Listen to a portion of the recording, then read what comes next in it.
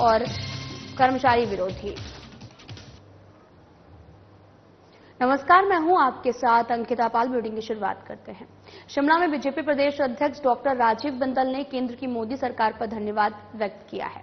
इस दौरान राजीव बिंदल ने कहा कि आज केंद्र सरकार ने हिमाचल प्रदेश को एक नया तोहफा दिया है और हिमाचल प्रदेश के एक मुश्त 92,300 मकान देकर एक नया कीर्तिमान स्थापित किया है। इससे पूर्व मोदी सरकार की ओर से 17,500 मकान दिए गए थे।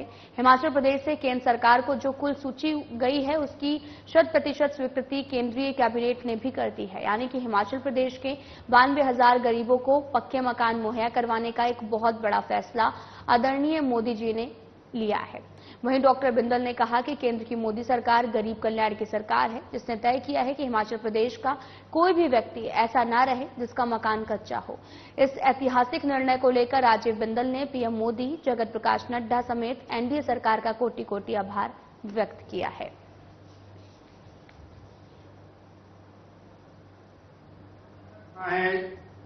केंद्र की श्री नरेंद्र भाई मोदी सरकार का, जिन्होंने हिमाचल प्रदेश के गरीबों के लिए एक नायाब तोहफा दिया है।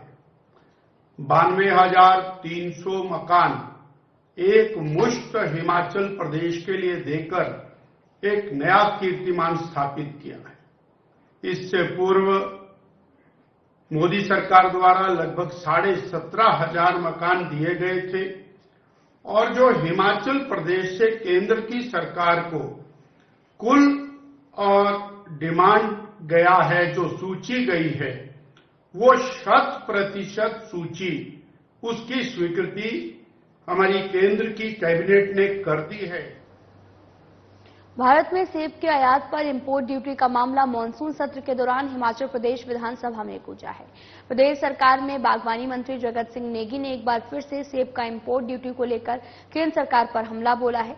जगत सिंह नेगी ने कहा कि 2014 चुनाव के समय प्रधानमंत्री मोदी ने इंपोर्ट ड्यूटी 100% करने का भरोसा दिया था, लेकिन आज 32 देश से 5 लाख टन सेब आयात हो रहे हैं। साथ ही अमेरिकी सेब पर आयात शुल्क घटा दिया गया। इससे हिमाचल के साथ साथ जम्मू कश्मीर के सेब उद्योग के लिए भी संकट पैदा हो गया है। बागवानी मंत्री ने कहा कि सेब का हिमाचल की आर्थिकी में बड़ा हिस्सा भी है।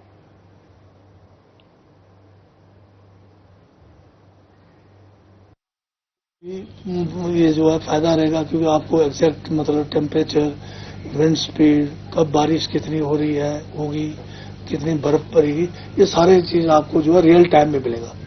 रियल टाइम में आपके पास डाटा होगा और ये जो सारा मैन पावर है या IMD जो इंडियन मेट्रोलॉजिकल डिपार्टमेंट है, वो इसको मतलब मॉनिटरिंग करेंगे और हमें रियल टाइम पर सारी जानकारी देंगे। आयात शुल्क का सर मामले ऊपर जो है फाइनल बात की गई है, जो आपदा प्रबंधन को लेकर है। फ्रांस का जो सरकारी बैंक है AFD, वो हमें 890 करोड़ का जो है लोन देने को तैयार है आपदा प्रबंधन को लेकर। अब अगर ये लोन हमें मतलब शीघ्र इसका MOU, इसका फाइनल एग्रीमेंट साइन हो जाए।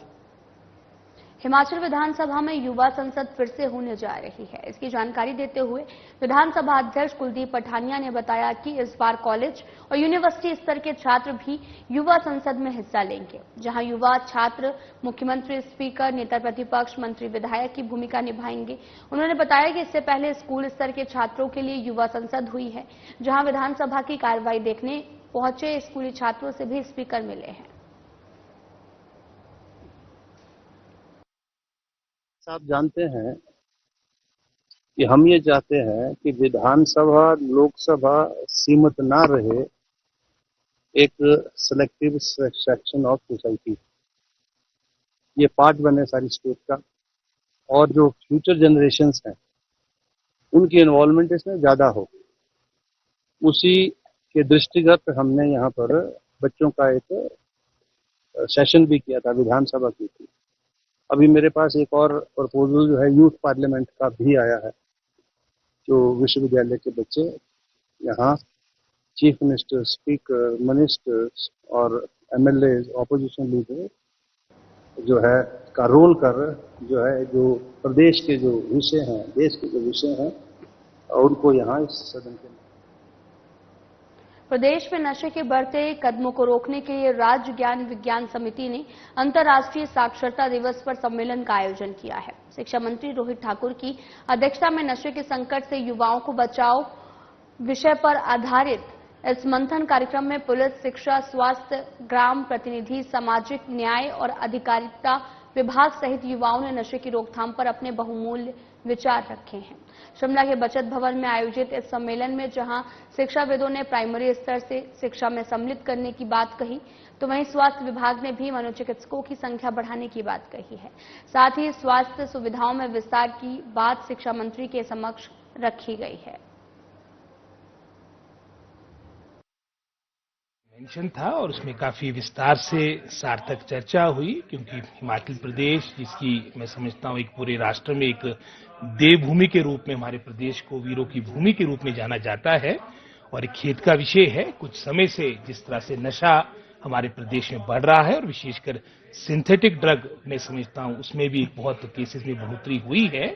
इन सभी बातों को लेकर अपनी चिंताएं सभी जो हमारे यहाँ पर मैं समझता हूँ सभी जिन्होंने ये हमारा कन्वेंशन जो आज की मीटिंग अटेंड की है सबने अपने यहाँ पर सार्थक सुझाव दिए हैं और निश्चित रूप में इनका एक डिटेल में सारी बातों को लेकर जो हमारे सुझाव है, रिकमेंडेशंस है, माननीय मुख्यमंत्री से शीघ्र हमारे ज्ञान विज्ञान समिति के जो हमारे पदाधिकारी है और मैं स्वयं भी भारतीय मजदूर संघ हिमाचल प्रदेश की कार्य समिति की बैठक अध्यक्षता मदन राणा की अध्यक्षता में शौर्य होटल बरमाड़ा बिलासपुर में संपन्न हुई है। इस बैठक में सभी जिला, कई विभाग, निगमों और बोर्डों द्वारा भी जो है प्राइवेट सेक्टर के प्रतिनिधियों ने भाग लिया है। बैठक में चर्चा हुई कि 16 जुलाई 2024 को पूरे हिमाचल में भारतीय मजदूर ने 36 सूत्र मांग पत्र एसडीएम और डीसी के माध्यम से सरकार को भेजा है, लेकिन सरकार ने अभी तक भारतीय मजदूर संघ को बातचीत के लिए नहीं बुलाया।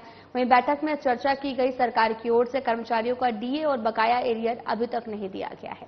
साथ ही सरकार की तरफ से बजट में जो न्यूनतम दिहाड़ी 25 बढ़ाई गई थी उसका नोटिफिकेशन भी अभी तक जारी नहीं किया गया, जिससे उद्योगों के श्रमिकों और दैनिक भोगियों को भारी नुकसान हो रहा है।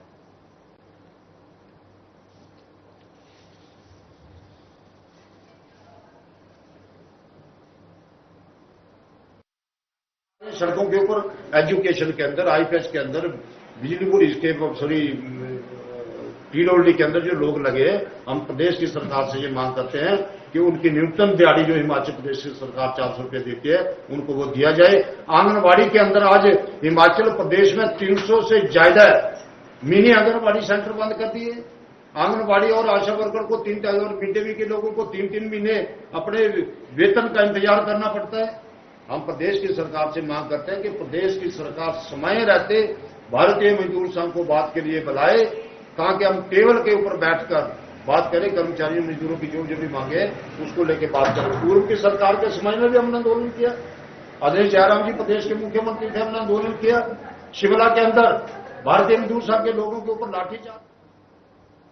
अखिल भारतीय विद्यार्थी परिषद की ओर से प्रदेश स्तरीय स्वामी विवेकानंद सामान्य ज्ञान प्रतियोगिता 6 अक्टूबर को करवाई जाएगी। प्रतियोगिता के लिए 16 सितंबर से 28 सितंबर तक रजिस्ट्रेशन होगा और इस प्रदेश स्तरीय स्वामी विवेकानंद सामान्य ज्ञान प्रतियोगिता में पूरे हिमाचल में 60,000 विद्यार्थियों के पंजीकरण का लक्ष्य रखा गया है। और साथ ही एबीवीपी के प्रदेश मंत्री आकाश नेगी ने बताया कि 9वीं से 12वीं तक के छात्र सामान्य ज्ञान प्रतियोगिता में हिस्सा ले सकते हैं। उन्होंने बताया कि इस साल नगद पुरस्कार राशि में बढ़ोतरी की गई है। प्रथम आने वाले को 31,000, द्वितीय स्थान पर आने वाले को 21,000 और तृतीय स्थान पर आने वाले को 15,000 राशि दी जाएगी। वहीं आकाश नेगी ने बताया कि 12वीं के बाद प्रतियोगी परीक्षाओं की तैयारी करने वाले विद्यार्थियों के लिए यह अच्छा अवसर होता है, जिसमें उनके सामान्य ज्ञान में वृद्धि के साथ ही तैयारियों का अनुभव भी हो जाता है।